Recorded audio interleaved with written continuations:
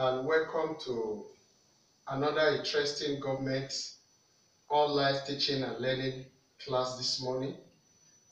Please, I urge you to subscribe to Palace of All Things as we are through.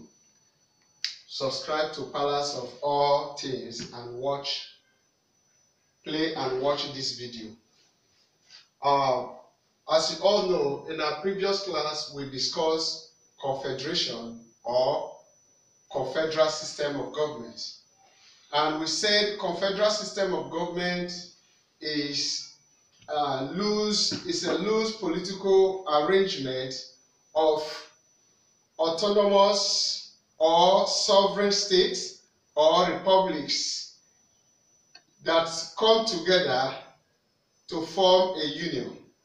And in that union, the center is weak, while the component states are strong.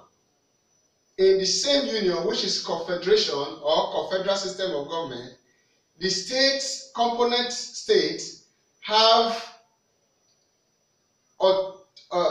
sovereign identity. They retain their sovereign identity, and as well they have constitutional power to secede. Right? Today we are going to look at the merits of confederalism or disadvantage of confederalism, or you can call it confederal system. That is the advantages of confederal system or merits of confederal system. So here are the advantages, the merits of confederal system because of time. One is mutual benefits accruing to member states. Mutual benefits accruing to member states. Mutual benefits accruing to member states explain that the benefit of every component state join the weak union is as a result of different benefits or purpose. They join the union for different benefits. So there's no member states or component states that come to that union, confederation, for just common sake. They are there for what? Benefits or purpose, specific purpose known to them. Two, the union is voluntary. The union is voluntary. It's one of the advantages of confederation, that they willingly come, the component states willingly come together. They are not forced to join the union. That is, it makes the union a compulsory because they have the constitutional right also to leave the union or to secede. Three is control over their internal affairs. Control over their internal affairs. This is one of the advantages of confederation or confederal system of government, because the member states or component states have the constitutional right to control their internal affairs. So they are not dictated to or influenced by the union or confederation. Four, equality of states. Equality of states. Equality of state is also another merit of confederal system of government or confederation, because all states are equal before the union. Big or small, rich or poor states, they are equal before the union they willingly or voluntarily belong to. Number five, consensus. Consensus. Consensus here is another advantages of confederal system of government. That is, the agreement reached by the union or by the confederation, member states will go to their respective sovereign states to establish or to execute the policy in which they have already consented to. That is one of the advantages. Number 6 is unity of states. Unity of states. Unity of state has to do with every member or component states are equal. Just as I explained, they are equal before the union. Is one of the advantages. Number 7, expansion of market. Expansion of market, this accommodates goods and services of different member states. It accommodates goods and services of different member states. That is, between one or two member states come together, they help them to what? Expand the market. For example, Organization of Africa units. For a African member state to come together and belong to that organization, so they expand or accommodate their goods and what? Services. They exchange products. Last one, which is the number 8, is obedient to one government.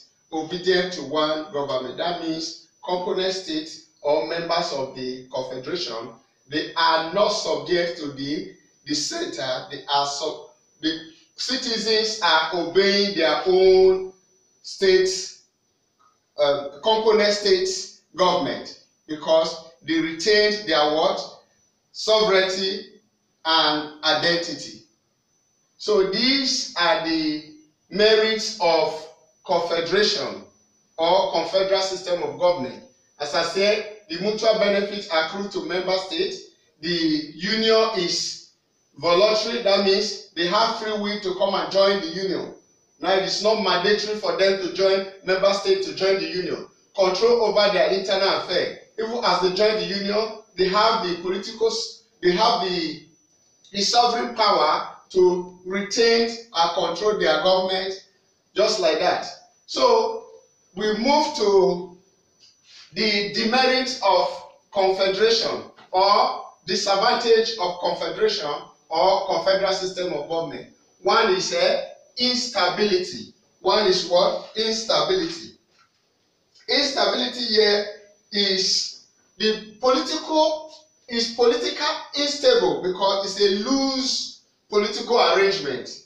So member can decide to leave or secede at any given time because it's a voluntary organization. So that is why politically it is unstable because it's a loose political arrangement or union. 2, no effective central power. Being a loose union, the central power is weak. Just as we explained in the definition of the confederation, that the central power is weak. The central power does not have its own armed forces like the army and police, and because of that, it's weak and it does not have a sovereignty to retain every component unit.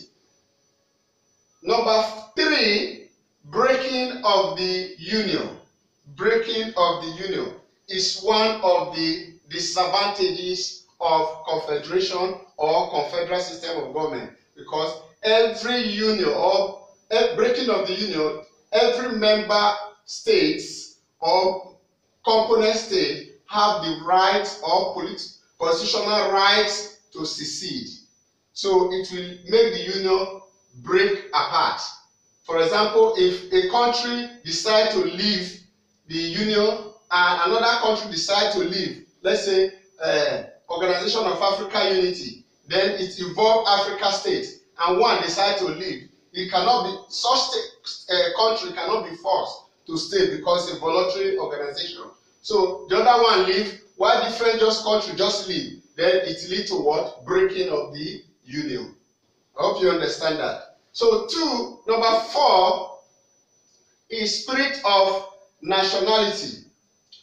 Generally, the spirit of nationality is out of confederation.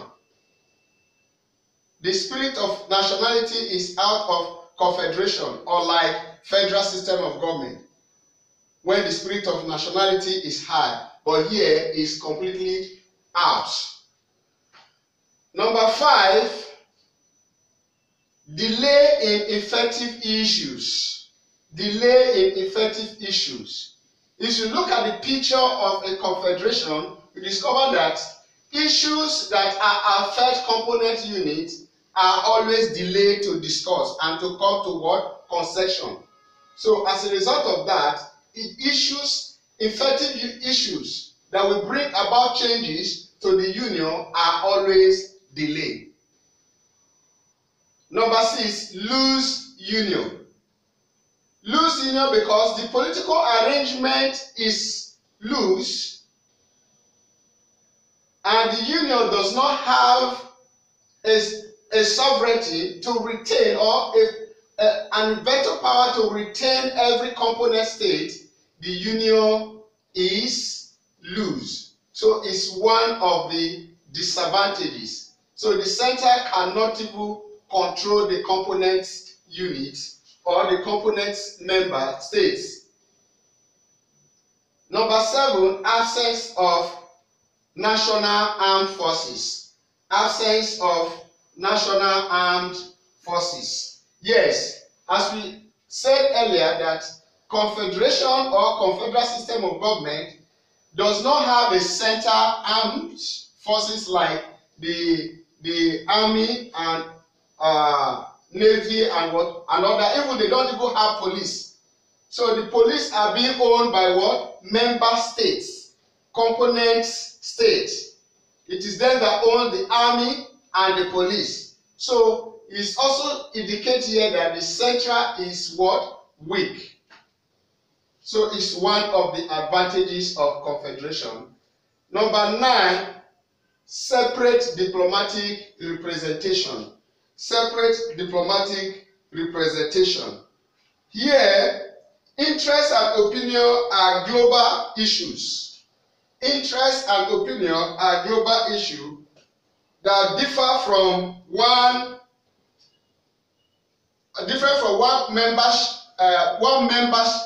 member state and the other. So by so doing, they will send their representative in different states to represent their own internal affair in another state. For example, we have the US representative, just like in Africa. Let me use Africa states as an example. Ghana have their own representative in Nigeria, and Nigeria have their own diplomatic representative in what? In Ghana. Just like that, because the Africa countries, they all belong to what? A union, a confederation, which is a Organization of Africa Unit. So they have what? Weak central government, just as we say, because the constitution here is flexible and easy for amendment, and the central here is loose, therefore it is weak. So that makes it a disadvantage. They have weak central government. So these are the disadvantages of confederation or confederal system of government.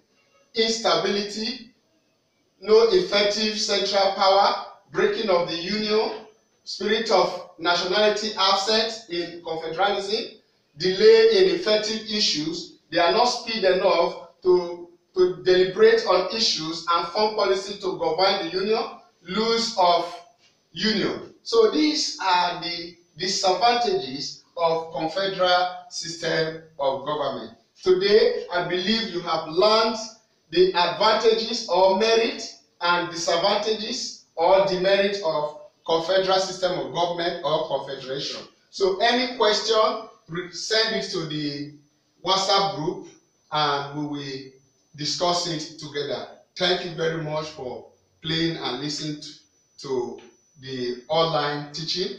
Please subscribe to the Palace of All Ballads. Thank you very much.